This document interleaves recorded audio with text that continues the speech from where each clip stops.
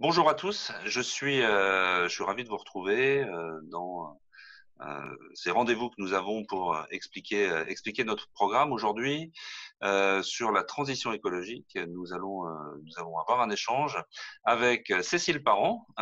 Cécile, bonjour, comment vas-tu? Bonjour Franck, très bien, merci. Et avec Véronique Geoffroy, également sanopienne, et qui m'a rejoint avec Cécile déjà depuis plusieurs mois. Comment vas-tu, Véronique? Ça va. Bonjour à tous. Ravi de vous retrouver. Donc là, on va prendre quelques minutes pour échanger sur ce qui nous lie tous les trois, qui est vraiment le programme de transition écologique. On va bien sûr pas tout passer en revue et toutes les personnes qui nous regardent peuvent retrouver tous les points très détaillés de ce programme de transition éco. Je pense que ce qu'on a voulu, c'est que Cécile porte ce programme à travers tous les points de notre programme, c'est-à-dire que nous faisons en sorte d'avoir un prisme de transition écologique sur chacun des programmes, la manière de construire, la manière de vivre, la manière d'étudier, la manière de vivre les associations, de vivre le sport. Donc, sur tous ces points, Cécile a travaillé en transversalité. Alors, juste Cécile, peut-être quelques mots sur ton parcours et ce qui te rend légitime aujourd'hui, parce que c'est légitime pour moi que tu sois là avec nous et que tu portes ce projet. Mais quel est ton parcours et pourquoi c'est si important pour toi la transition écologique? Alors oui, j'ai toujours été proche de la nature, mais depuis quelques années, c'est pour moi vraiment un tout, cette transition écologique. Alors, je l'ai découvert ou développé lors de mon dernier poste au centre hospitalier de Pontoise et j'ai travaillé sur tout ce qui est valorisation des déchets, mais ce qui est humain également, de lutter contre les troubles musculo-squelettiques. J'ai travaillé sur l'éco-conduite, sur des flottes automobiles plus sobres en énergie. Et donc, j'ai voulu véritablement réorienter mon parcours dans la responsabilité sociétale des entreprises, mais aussi mon parcours personnel, ma vie quotidienne. Et donc, j'ai monté un collectif qui s'appelle Terraction, où on réfléchit ensemble sur des actions très pragmatiques sur comment protéger la planète et également dans sur la partie plus professionnelle pour quel est l'impact des entreprises sur la nature et sur les hommes. Donc voilà, c'est vraiment un tout. Et je suis convaincue qu'au niveau des municipalités, on peut travailler de cette même façon et en transversalité. C'est important que tous les projets soient regardés avec cet œil développement durable. Ce projet, quel impact il va avoir sur les hommes et quel impact il va avoir sur l'environnement. Alors, avoir envie de faire tout ça, c'est bien, mais pourquoi tu m'as rejoint? Qu'est-ce qui t'a motivé de t'impliquer sur une démarche politique locale? Alors, Franck, on ne se connaissait pas hein, il y a encore 9 mois, mais on a longuement discuté et on était vraiment sur la même longueur d'onde sur l'urgence à agir pour cette transition écologique. Et ton dynamisme m'a motivé à te rejoindre sur ce domaine-là. Alors, Euh, donc, quels sont les points importants sur lesquels on va pas refaire une fois de plus, on va pas refaire tout le programme, mais disons, donne-nous les quelques points qui te semblent fondamentaux pour avoir une transition écologique pragmatique au niveau de la municipalité. oui, en effet, je ne vais pas redécrire les 6 axes que chacun peut trouver dans notre document sur le sujet, mais il y a 2 points qui me tiennent à cœur, c'est d'améliorer la consommation locale, durable, notamment par exemple sur la restauration scolaire. Voilà. Comment peut-on améliorer l'alimentation, comment la rendre plus saine au sein des restaurations, mais ça peut être la restauration collective scolaire, mais ça peut être aussi les commerçants et les restaurateurs de Saint-Leu. Alors, pour cela, aujourd'hui, il faut savoir que 30% de l'alimentation ou de la production alimentaire, elle est jetée. Eh bien, on peut commencer par lutter contre le gaspillage alimentaire et puis de réinvestir cet argent dans l'achat d'une alimentation en consommation locale, hein, dans les exploitations environnantes, ou bien en bio, et donc ainsi développer une alimentation plus saine pour la population. Ça, c'est un des axes. Mais un autre qui me tient à cœur, c'est développer la mobilité douce, et notamment l'usage du vélo. Et là, je vais passer la parole à Véronique parce que c'est vraiment une utilisatrice au quotidien de son vélo Et donc, elle en connaît un rayon. Ça, Merci Cécile. on est content d'avoir Véronique avec nous parce que comme tu l'as dit, on a des spécialistes, on a des belles idées, on a un sens, je pense, très pragmatique pour l'application des choses. Mais avec Véronique, on a quelqu'un qui vit le vélo tous les jours, et pas que pour faire la campagne électorale, vraiment vivre tous les jours, qui va au travail, qui vit et même pendant son temps libre. Alors Véronique, explique-nous ça, par exemple, cette mise en place de la culture vélo. Disons qu'effectivement, le vélo, pour moi, ce n'est pas une idéologie, hein. C'est ancré dans l'ADN de ma famille depuis le début. Juste pour donner un exemple, hein, c'est-à-dire que les vacances familiales quand j'étais petite, c'était mon père qui repérait un coin de verdure dans un lieu un petit peu isolé, en discussion avec les agriculteurs du coin. On s'installait là pendant les 2 mois de vacances d'été, ma maman ne travaillant pas à l'époque. Et puis, on faisait tout en vélo parce que mon père retournait travailler avec la voiture familiale. Et donc, le reste du temps, avec ma mère, mon frère, ma sœur, on circulait en vélo pour faire les courses, pour aller se promener, pour visiter, etc. Donc, si vous voulez, le vélo, depuis tout temps, c'est pour moi un moyen de déplacement et c'est une évidence. On veut aller quelque part, on peut prendre le vélo. Ça n'empêche pas de prendre la voiture aussi, hein. C'est pas une idéologie, c'est juste que c'est un moyen de déplacement véritable. Donc c'est vraiment ancré dans mon ADN. C'est important. Alors pourquoi tu as décidé de nous Et j'ai voulu rejoindre? disons que j'ai voulu vous rejoindre. Pour moi, je ne me suis jamais engagée politiquement à ce niveau-là. Mais après mes discussions avec toi, et puis j'ai découvert Cécile aussi, que je ne connaissais pas il y a encore moins d'un an, je me suis rendu compte qu'il y avait des choses à faire au niveau de notre ville et d'avoir un impact. Et ce que j'avais pu, en fin de compte, moi-même inculquer à mes enfants qui ont appris à faire du vélo à 3 ans, qui ont pratiqué le cyclotourisme, puisque c'était notre mode de vacances souvent. On a fait de l'itinérant en vélo, donc ça motive énormément les enfants de partir d'un point A à un point B avec des étapes, et ça sur des voies protégées comme les canaux. On a fait le canal du Midi, le canal de Bourgogne, la Bretagne, le Danube. Et ça, je pense qu'ils ont inclus dans leur façon de concevoir les choses aujourd'hui, dans leur ADN, que le vélo est un moyen de déplacement, un moyen de liberté aussi. Et je me dis, ce serait bien de transposer cette éducation, cette envie à nos enfants, à nos petits Saint-Loupiens, et aux plus grands aussi, bien sûr. Mais je pense que quand c'est ancré dès le début, ça paraît naturel. C'est une ressource qu'on va naturellement utiliser. Alors Aujourd'hui, il y a des pistes. quelles actions on va mettre en place au niveau de la ville pour vraiment aider à inculquer cette culture vélo qui est pour le bien-être de tout le monde?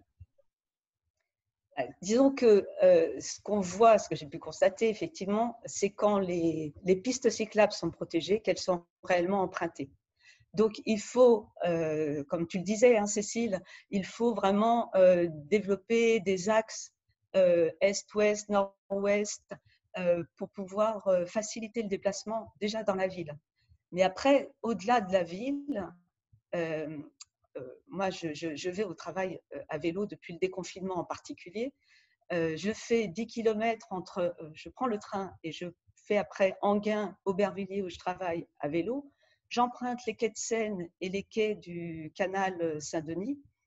Ce sont des voies protégées et j'ai bien vu que la fréquentation vélo s'était multipliée par 3 ou 4.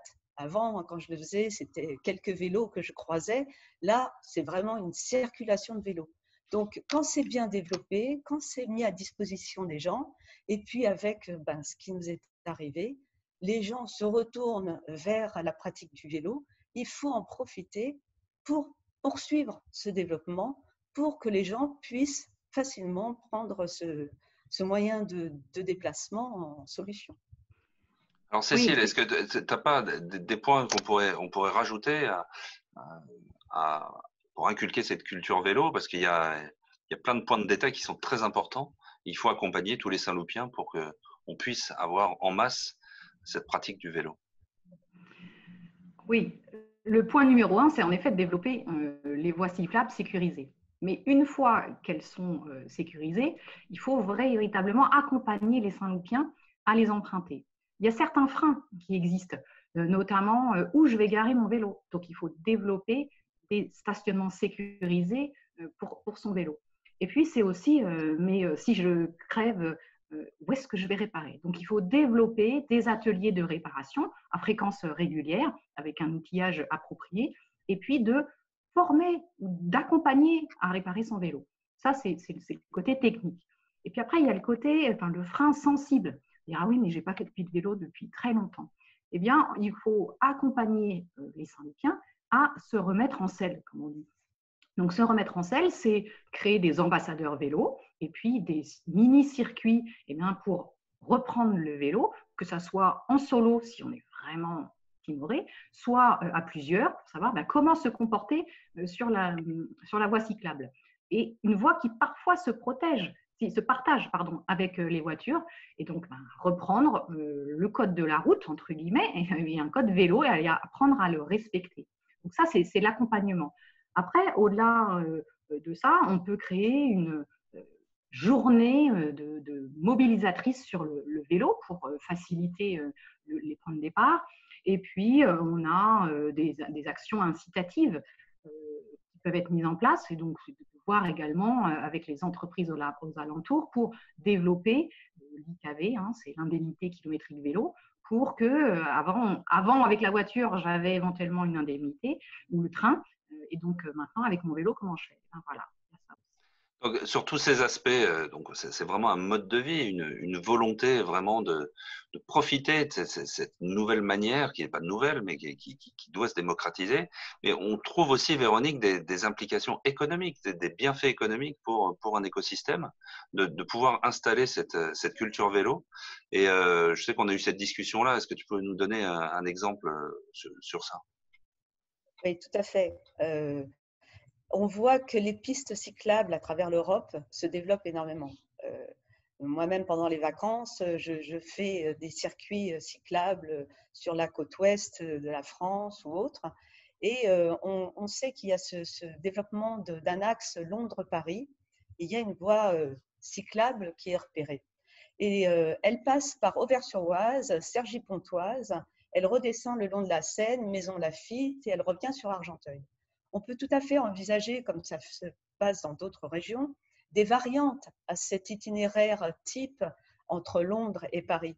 Et la variante qui permettrait d'accéder à Paris plus vite pour ceux qui utilisent cette voie, c'est de traverser par le Val-Parisis.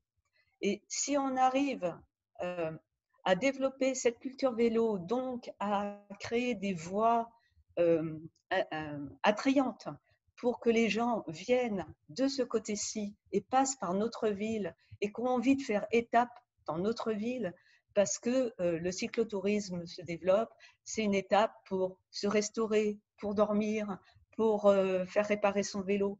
Il y a des villes dans certains coins de France qui revivent grâce à ce tourisme. Et on pourrait tout à fait envisager de rendre, si on rend Saint-Leu attrayante, on pourra aussi avoir peut-être un développement économique, touristique à ce niveau-là. Je suis bien d'accord avec toi. L'attractivité de Saint-Leu-la-Forêt, c'est aussi un des fils conducteurs de notre programme dans sa globalité. On veut être fier de Saint-Leu, on est fier de Saint-Leu et moi je veux que les Saint-Loupiens soient fiers de leur ville et fiers d'eux.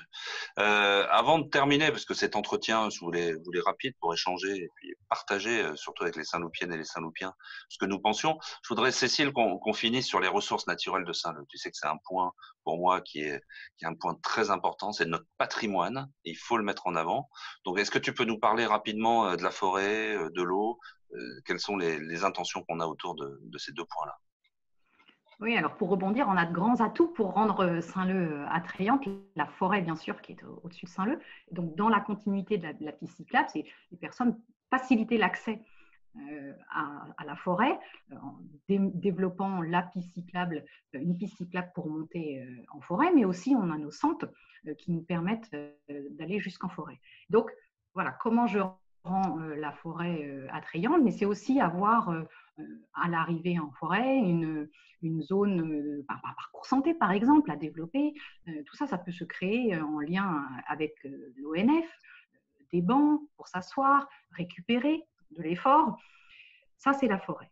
Et puis, sur l'eau, on a les sources très anciennes à Saint-Leu. Et donc, c'est réhabiliter ces sources pour intégrer l'eau dans le paysage urbain, que ce soit par des flaques climatiques, mais c'est aussi remettre en service toutes nos fontaines. Alors, pas forcément avec une eau potable sur les sources, à partir des sources, mais c'est aussi développer accentuer la récupération d'eau de pluie et puis d'avoir ces flaques climatiques qui permettent de rafraîchir la ville et on va en avoir de plus en plus besoin liés au réchauffement climatique.